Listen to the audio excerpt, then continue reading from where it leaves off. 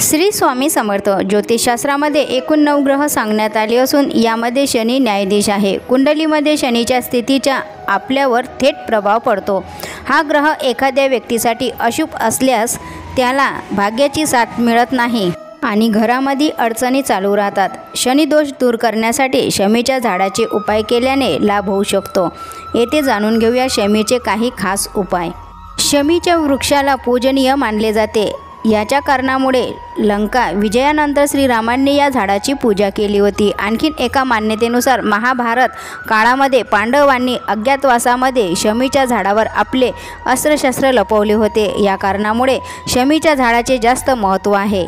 घराच्या उत्तर पूर्व दिशेला शमीचे झाड लावणे शुभ मानले जाते. कोणत्याही शुभ दिवशी हे झाड घरामध्ये लावावे आणि नियमितपणे पूजा करावी. या उपायाने शनिदोषातून मुक्ती मिळते. तुम्हाला शनिदोषाचा प्रभाव कमी करण्यासाठी व आपली इच्छा पूर्ण करण्यासाठी प्रत्येक शनिवारी शमीच्या झाडाची पाने अर्पण करावीत.